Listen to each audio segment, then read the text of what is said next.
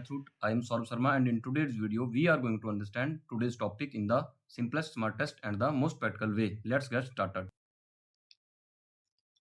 Class 9 maths chapter introduction part 1 हम पढ़ेंगे उन टॉपिक्स के बारे में, उन चैप्टर्स के बारे में जो हमें पढ़ाए जाते हैं एनसीईआरटी की बुक्स में मैथमेटिक्स की 9th क्लास में, और हम देखेंगे उनका जो है रियल वर्ल्ड में हमारा क्या जो है रोल रहता है, कहाँ हमारी जो है जरूरत पड़ती है उन टॉपिक्स की। फॉर एग्जांपल हमारे पास पहला टॉपिक है, हमारे पास पहला चैप्टर है नंबर सिस्टम्स। नंबर सिस्टम क्या होता है, what is it about? Number system help us classify different types of number. ये क्या करता है, हमें क्लासिफाई करने में हेल्प करता है जो डिफरेंट टाइप्स ऑफ नंबर्स होते हैं, including whole numbers, fractions, decimals and rational, irrational etcetera. Maths example, common example include under root 2, square root of 2, 0.333, a repeating decimal and a negative number integer। हम क्या करेंगे, इसमें अलग अलग number देखेंगे, वो क्या क्या होते हैं हमारे, जैसे होल नंबर हो गया। होल नंबर क्या होता है, जो 0 से स्टार्ट होके 1 2 ऐसे इन्फिनिटी तक जाते हैं।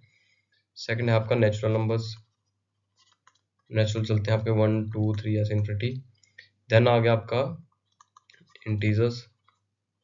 इंटीजर्स कहाँ से चलते हैं, -1 से मीन्स -इन्फिनिटी टू -2 1 ऐसे 0 ++1 ऐसे इन्फिनिटी तक जाएंगे। इन नंबर्स के बारे में हमने जो है सीखना है, 0.2 1.5 ऐसे। फिर आगे आपका रैशनल्स। रैशनल क्या होते हैं, जो p/q की फॉर्म में होते हैं। हमें क्या है, इन नंबर्स के बारे में जो है हम नॉलेज लेंगे और उसको अप्लाई करेंगे, अपनी हैंडल करेंगे उससे precise and irrational values used in science. जो साइंस जो आपका विज्ञान में यूज होती है, इंजीनियरिंग में यूज होती है, या एवरीडे कैलकुलेशन में यूज होती है। फॉर एग्जांपल इंटीजर्स का यूज हम कहाँ करते हैं, जब आपके पास बात आती है प्रॉफिट एंड लॉस की, तो आप क्या बोलते हैं, -10% या -20%। तो वो क्या आ गया, वो क्या क्या इंटीजर्स। जब हम इनको, हमें नॉलेज होगी माइनस लगने से जो किसी वैल्यू की वैल्यू पर क्या फर्क पड़ता है, तो तभी हम बता सकते हैं कि हमें क्या नुकसान हो रहा है या क्या प्रॉफिट हो रहा है प्लस और माइनस लगने से। वैसे आपका डेसिमल सिस्टम है, जब हम प्रिसाइज कोई आंसर देना होता है तो हम कैसे चलते हैं, सब हम चलते हैं डेसिमल्स में। फॉर एग्जांपल पाई की वैल्यू है π/7, ठीक है, उसको हम क्या लिखते हैं 3.14। अब 3.14 का मतलब ही आपको पता नहीं हो तो आप क्या जो है मीनिंग बता पाएंगे पाई का। इस तरह से जो है, इसलिए जो है हमें जरूरत पड़ती है नंबर सिस्टम को समझने की। नेक्स्ट है हमारा coordinate geometry. Coordinate geometry use a grid system होता है इसमें एक, with an axis and Y axis to locate exact positions of the points on flat surface. कोई फ्लैट सरफेस है, जैसे ये आपका कोऑर्डिनेट, तो ये आपको क्या बता रहा है, ये एग्जैक्ट पोजीशन बता रहा है। ये आपकी एक्स एक्सिस है मान लो, ये आपकी वाई एक्सिस, तो हमें जो एग्जैक्ट लोकेशन बता रहा है। मान लो ये पॉइंट है, एक्स से इतना दूर है, वाई से इतना, तो ये एग्जैक्ट कोऑर्डिनेट होते हैं हमारे। ये हो गया, या कोई भी पॉइंट आपका हो गया। एग्जाम्पल है 2, -3 means 2 steps right and 3 steps down from the centre.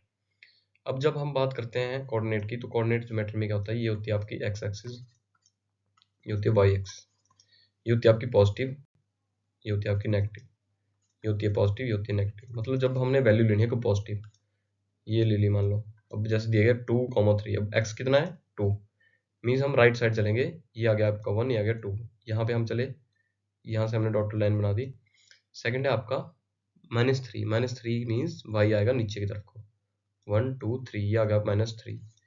तो जो भी ये जहाँ पे इंटरसेक्शन होगी वो होगा आपका कोऑर्डिनेट। ये होगी आपकी एग्जैक्ट पोजीशन। और इसका यूज कहाँ करते हैं हम, लोकेट पोजीशंस एक्यूरेटली इन मैप्स। एक तो आपका यूज हो गया used in GPS system, Google position system, maps.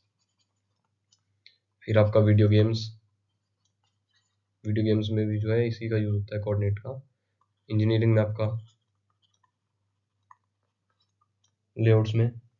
फिर आपकी कोई एनिमेशन है, कंस्ट्रक्शन है, एनिमेशन, कोई कंस्ट्रक्शन कर रहे हैं आप, उसमें भी इसी का यूज होता है। इस तरह से जो है आपने कोऑर्डिनेट ज्योमेट्री को स्टडी करना होता है, ताकि जो आप इन फ्यूचर जो है इन चीज़ों पे आप मास्टरी कर सकें, आपको नॉलेज हो, तभी आप अप्लाई कर पाएंगे। नेक्स्ट हमारा लीनियर इक्वेशन इन 2 वेरिएबल्स। अब बात हो रही है 2 वेरिएबल्स की। 2 वेरिएबल्स का मतलब है जिसमें आप ऐसी इक्वेशन जिसमें 2 वेरिएबल्स हो। For example x + y = 10। इसमें x एंड y क्या है, वेरिएबल्स हैं। कितने वेरिएबल्स हो गए, 2 variables.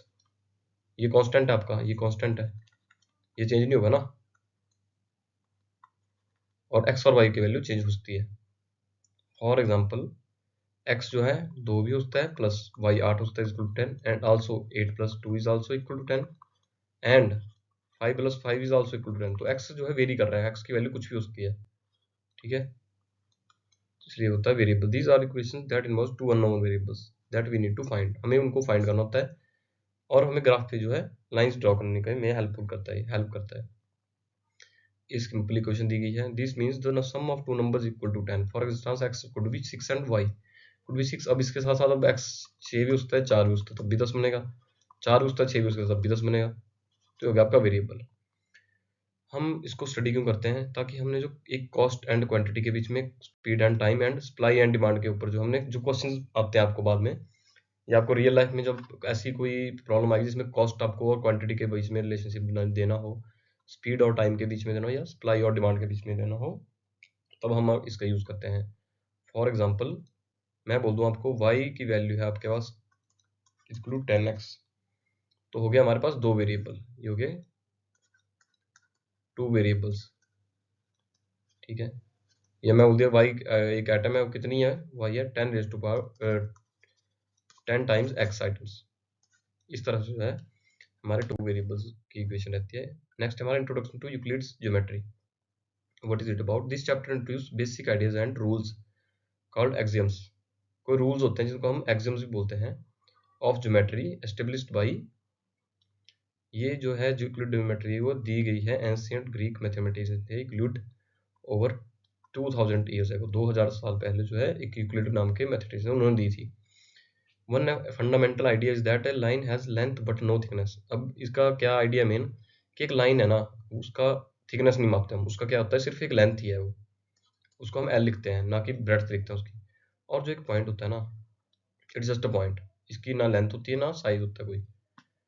And real life use क्या रहता है यूक्लिड का, यूक्लिड ज्योमेट्री का, टू बिल्ड लॉजिकल थिंकिंग, एक आपको लॉजिकल आपको सोचने में एंड रीजनिंग स्किल्स आपकी डेवलप करती है। एंड आर्किटेक्चर में आपका यूज होता है, design principles and computer graphics में आपका यूक्लिड ज्योमेट्री का यूज होता है, ठीक है।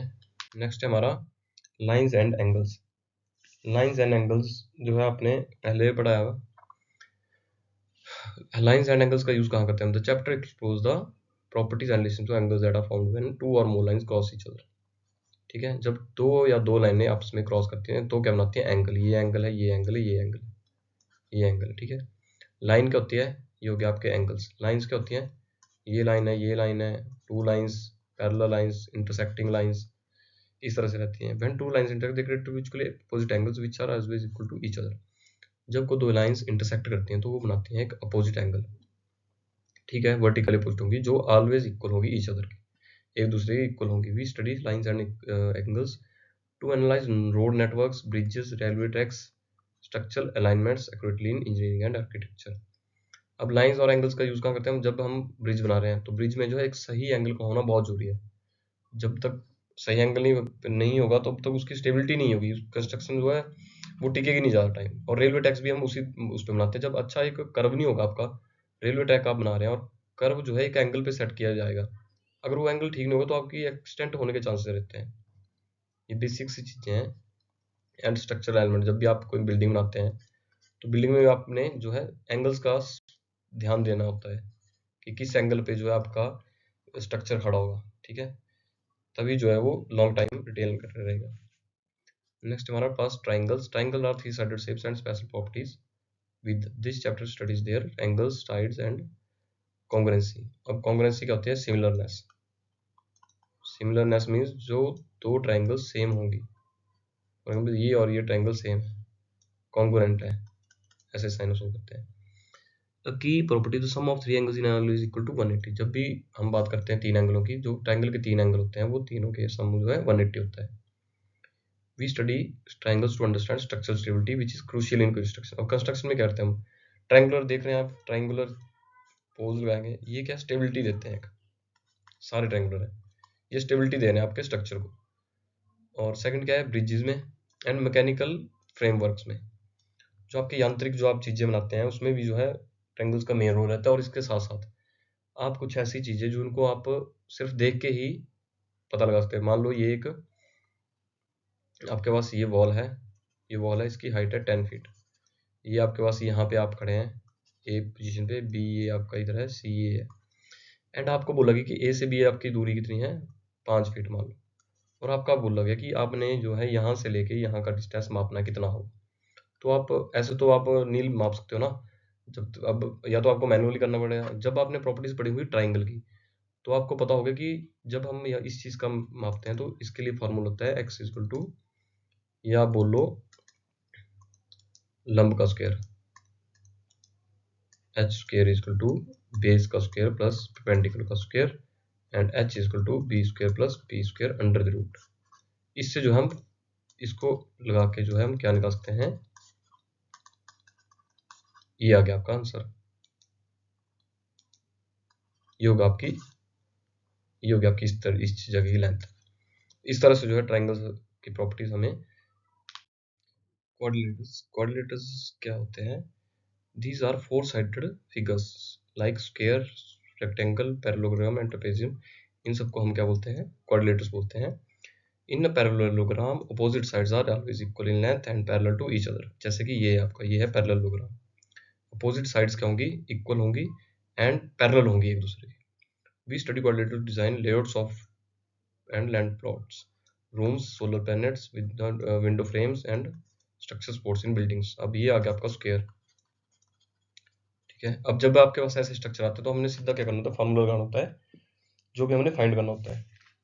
ये रहता है आपका मेन जो कोऑर्डिनेटर्स की प्रॉपर्टीज हम स्टडी करेंगे, उसके बेसिस पे हम, मान लो आपके पास कोई प्लॉट है, वो कैसा है, स्क्वायर का है, रेक्टेंगुलर है, तो हमने उसका कुछ भी फाइंड करना होगा, उसकी साइड, उसका एरिया, उसका पैरामीटर। तो उसमें हम क्या यूज कर रहे हैं, पैरामीटर की जो आपके फॉर्मूले रहते हैं रेक्टेंगल से रिलेटेड, उनको हम यूज करेंगे। तो ये जो है हमारी रियल लाइफ में बहुत इंपॉर्टेंट होता है। सोलर पैनल हम कैसे डिजाइन करते हैं, कोऑर्डिनेटर उसके होते हैं। जब तक हमें उनकी प्रॉपर्टीज का पता नहीं होगा तब तक हम कोई शेप डिजाइन नहीं कर सकते हैं, और उसकी बेसिक्स हमें क्लियर नहीं होंगे। That's all for today and thanks for watching.